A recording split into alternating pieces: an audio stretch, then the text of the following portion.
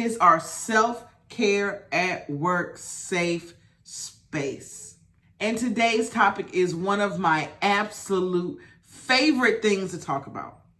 And it's one of the fastest ways to lift your mood without caffeine, without spending money, and without waiting for Friday.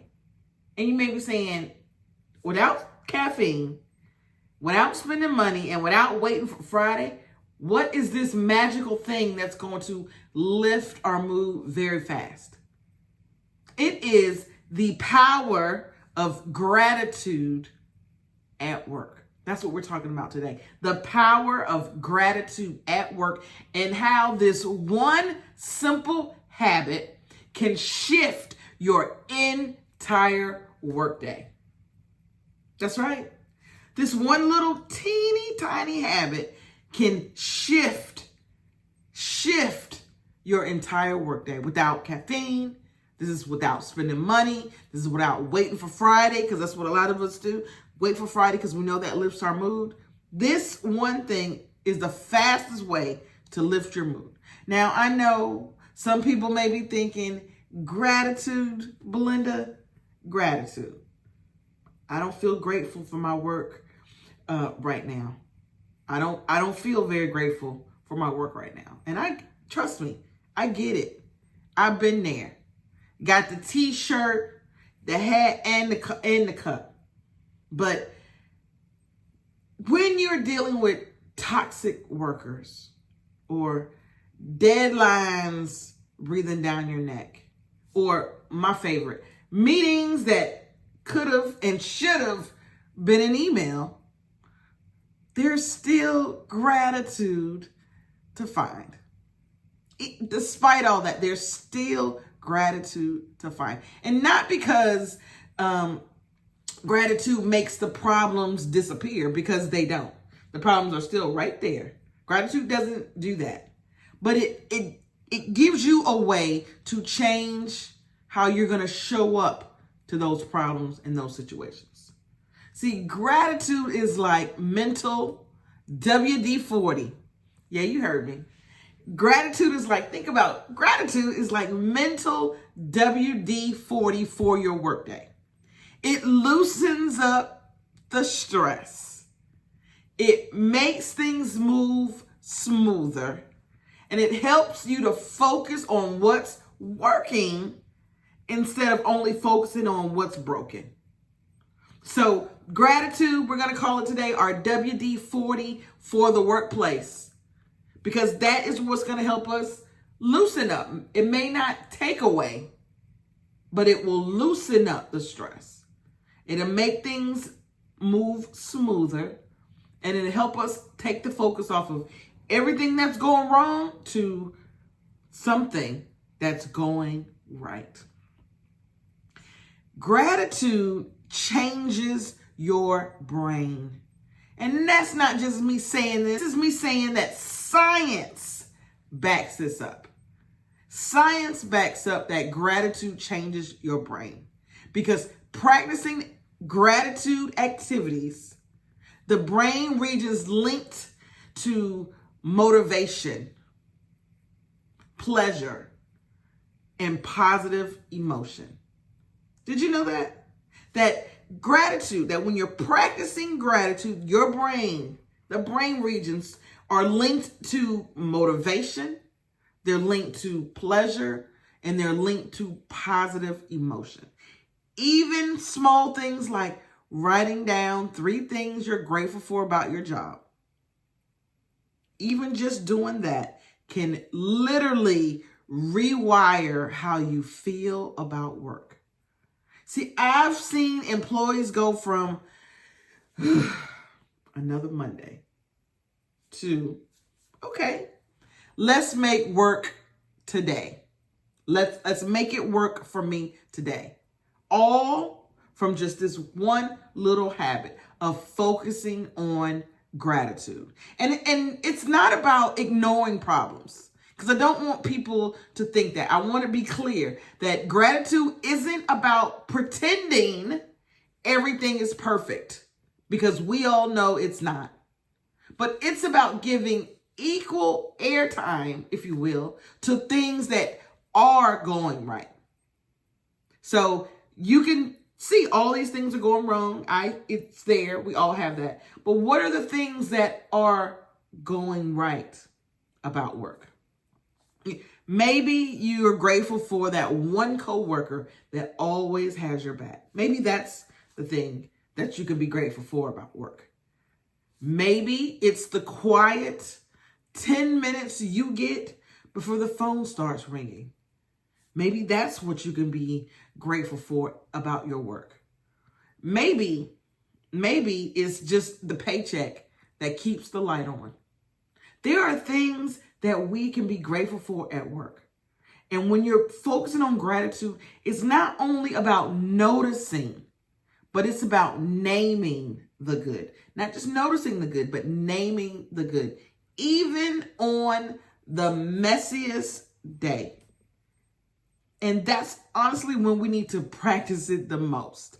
Is when you're at your most frustrated day, is when we need to look for and name things that we are grateful for so that it can shift our brainwave.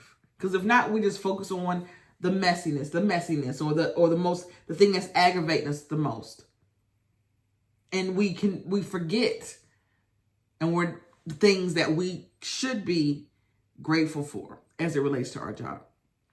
I'm going to talk about 3 easy ways that you can practice gratitude at work. And the very first thing that you do is make a morning gratitude list. So before you open your inbox, right, before you get started with work, before you dive into that deep work, jot down 3 work-related things that you're grateful for. It doesn't have to be deep. It could be the chair that you're sitting in because it's very comfortable. It could be the plant on your desk. It could be a good cup of coffee that's in the break room, right? 3 things that you're grateful for about your work, because this will set the tone before the chaos starts. Because we all know what's coming, that email or that phone call or that coworker, we all know what's coming. But if we can set the tone before all that starts, that's the first thing that we can do to start practicing gratitude at work. A morning gratitude list. 3 work-related things that you're grateful for. The second thing is our gratitude breaks. And if you've seen any of my videos, if you talk to me, if I've said it once, I've said it 5,000 times. Take your breaks at work. And here's yet another example. Here's 5,001 of me saying, take your breaks. So step 2, or the second thing that you can do to practice gratitude, is gratitude breaks, where you set a reminder for 2 minutes. You can do it mid-morning or mid-afternoon or both. But at least one, whether it's mid-morning, whether it's mid-afternoon or both, where you just pause and think. What's one good thing that's happened today? What's one good thing that's happened today? You take 2 minutes. You set your alarm 2 minutes to do that. Write it down or say it out loud. 2 minutes of a pause to think. What's one good thing that's happened today? Think about that. Mid-morning, mid-afternoon, we can do it both times. One good thing, a gratitude break, to think about something that you're grateful for, something that's good that happened to you today. That is the second way to practice gratitude at work. The third thing, or the third way that you can practice, is called gratitude out loud. And that is when you tell someone else, thank you. You tell someone else, thank you. Specifically, instead of just thanks for your help, right? Because thank you for helping me. A lot of us just say that. go into a little bit more detail. You can say something like, thank you for staying late yesterday to finish that report. I know you had your own deadlines. The more specific that you are with your thanks, the more powerful it is. So gratitude, one way, morning gratitude list where you write down 3 things that you're grateful for in the morning. Again, it could be simple things as the chair, the plant, the picture on your desk, the coffee that you're drinking. 3 things before you start. Make sure you do a gratitude break. That's the second thing, where mid-afternoon or mid-morning, you pause and you think for 2 minutes. What's one good thing that's happened today, and you write it down or you say it out loud. And then the third thing is gratitude out loud, where you tell someone thank you. And not just thank you, but you are as specific as possible. Again, example, thank you for staying late yesterday to finish the report. I know you had your own deadlines. The more specific it is, the more powerful it is. Gratitude doesn't remove stress. And I want to be clear when I say that.